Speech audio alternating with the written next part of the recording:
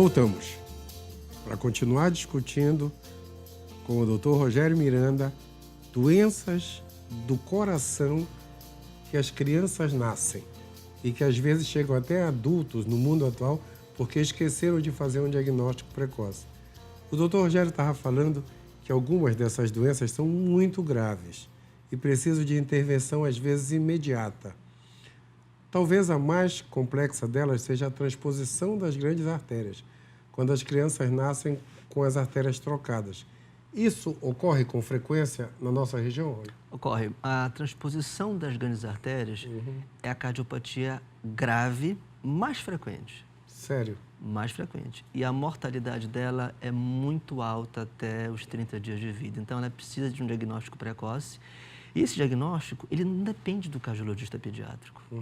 Ele depende de uma equipe de profissionais da área de saúde, que pode ser uma enfermeira avaliando uma criança no berçário, certo, encontrando sinais que são sugestivos de cardiopatia congênita. Aliás, é importante que se diga que hoje nós podemos fazer diagnósticos, não diagnósticos precisos, mas estabelecer uma suspeita muito alta, colocando um aparelho chamado oxímetro. Isso também foi um salto de evolução fantástico, né? E é uma coisa simples, porque você consegue detectar o baixo nível de oxigênio no berçário, antes da alta. Isso traz uma possibilidade de diagnóstico muito maior do que se tinha anteriormente. Isso é fantástico, porque as crianças nascem cianóticas, né? Roxinhas, azuladas. E quando a criança é de cor, fica difícil o diagnóstico. É verdade. Fica difícil o diagnóstico. Então, o oxímetro, que hoje em dia os médicos andam praticamente com ele no bolso, né? No meu consultório, na universidade, eu acho que os meus alunos já têm um oxímetro, né? Então, todo mundo... O oxímetro é um aparelhinho que vende na farmácia, compra pela internet, hoje em dia super... Não é nada caro. É um aparelhinho que você coloca no dedo, ele mede a quantidade de oxigênio no sangue.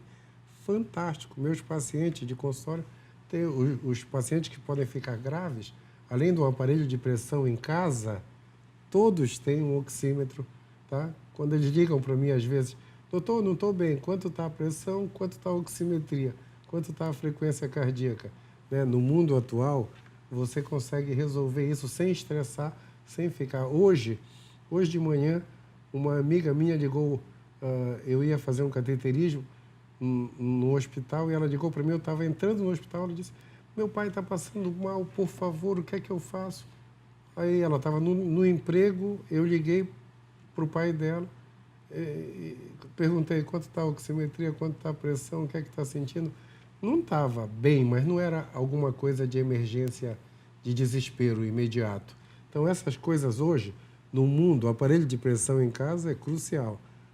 E a mesma coisa o oxímetro. Mas continuando, e como trata?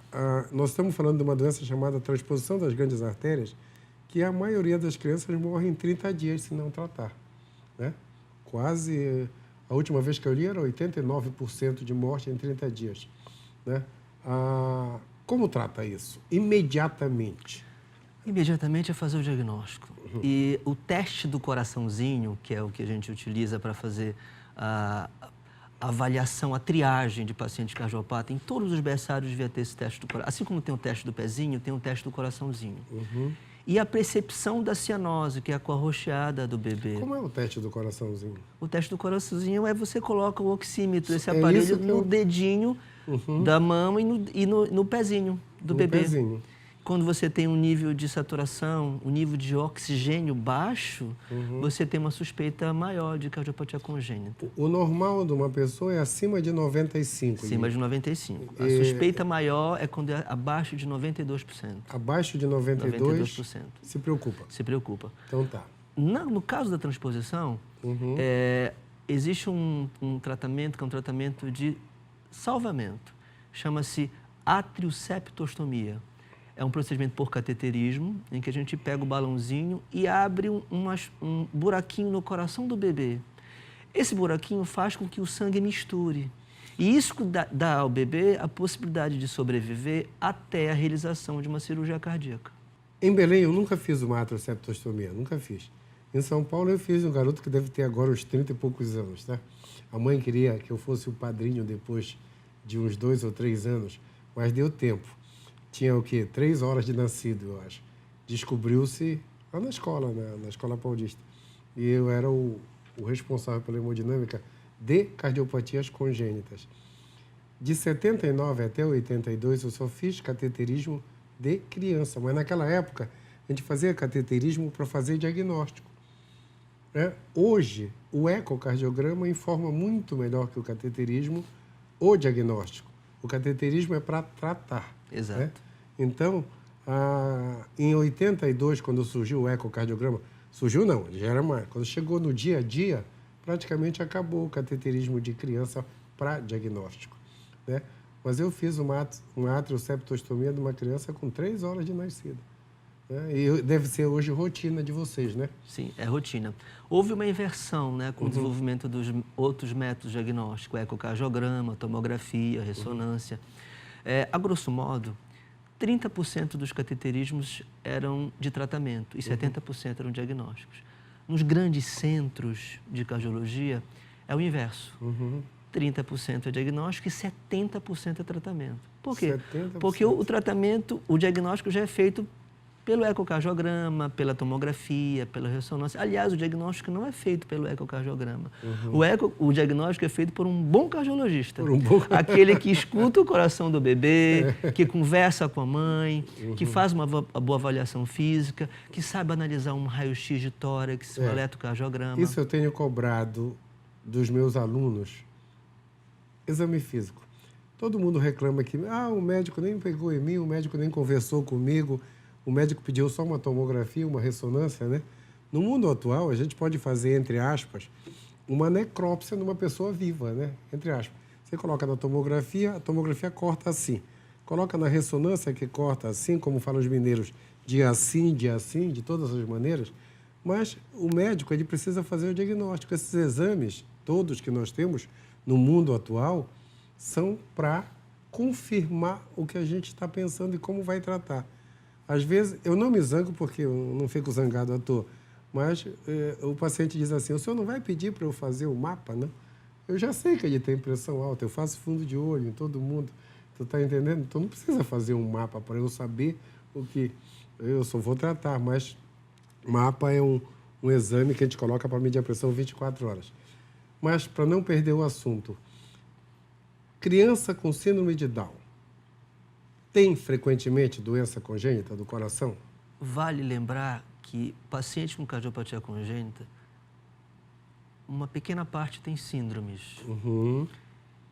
Dentre essas síndromes... Faz um comentário de o que é síndrome. Síndrome é quando você tem alterações externas ou mesmo internas, alterações de uma formação do coração, do pulmão, dos rins, que fazem parte de uma alteração na genética do indivíduo. Síndrome de Down é uma delas.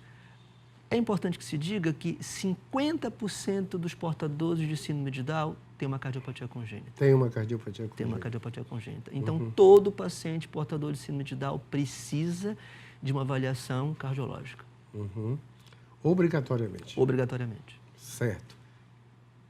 Agora, a maioria dessas crianças, quando são... Tratou, você faz isso todo dia. A evolução, porque eu estou te fazendo uma pergunta, porque tudo isso é muito novo, né?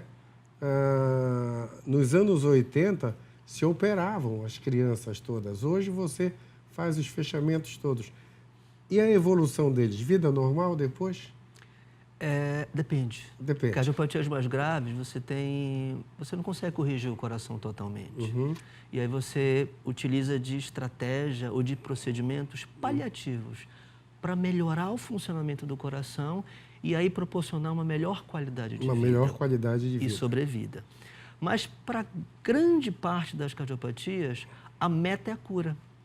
A gente está falando das cardiopatias mais simples, que são os buraquinhos no coração, como CIA, CIV e PCA, que são as comunicações no coração, os problemas nas válvulas, como a estenose da válvula pulmonar. A meta é cura. E quando a meta é cura, a gente fala para o paciente o seguinte, ou fala para o familiar, teu filho tem que levar uma vida absolutamente normal. Uhum. Do ponto de vista global. Atividade intelectual, atividade física, ele pode ser atleta. Então, hoje em dia, para cerca de 60%, 70% das cardiopatias congênitas, a gente objetiva que não a cura, mas que o estabelecimento completo da função cardiovascular no sentido da normalidade. Perfeito. Então, hoje, fazendo um comentário, voltando ao comentário geral, hoje, no estado do Pará, nós temos, em termos dessa evolução científica, acadêmica e tecnológica, nós estamos top em termos de mundo. Sim, o mundo nós fazemos o que o mundo faz. O mundo está globalizado e isso se expande para os tratamentos, para os diagnósticos. Não ficamos a desejar. É claro que próteses, insumos, materiais, depende de financiamento. E muitas vezes nós não temos esse financiamento e, por conseguinte, não temos esses materiais para tratar os pacientes. Mas do ponto de vista de recursos humanos e equipamentos e estruturas, não ficamos a desejar para lugar nenhum do Brasil. Puxa. E também do mundo. Eu sempre explico isso para os meus alunos. Hoje, a gente não fica a desejar, pelo menos na nossa especialidade, que é cardiologia, para lugar nenhum do mundo. Tudo que nós fazemos, tanto em cardiopatia congênita, quanto em cardiopatia de adulto, quanto na doença coronária, que é o trivial do dia a dia, né? Por falar em doença coronária, eles fizeram tomografia, tem um trabalho de 2 anos atrás, que eles fizeram tomografia em múmias do mundo inteiro e descobriram que há 3 a 5 mil anos atrás, o pessoal já morreu de derrame e de infarto. Então, deixou de ser uma doença da modernidade para ser uma consequência natural da vida. Então, hoje, todo mundo tem que se cuidar. Os portugueses têm uma frase muito interessante assim, eu não vou falar os portugueses, porque a primeira vez que eu ouvi foi em Portugal. Eles falaram assim, depois que a gente faz 50 anos, nada de bom acontece na vida em termos de saúde. Ou você se cuida ou vai morrer cedo.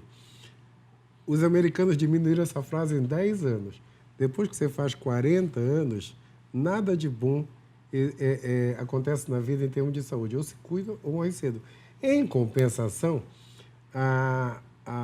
em 2014, eu estava em Londres, no congresso de cardiologia, e um americano falou assim, no mundo atual nós temos conhecimento, tecnologia e medicamentos para nós que temos 60 anos chegarmos a 100 anos de boa cabeça.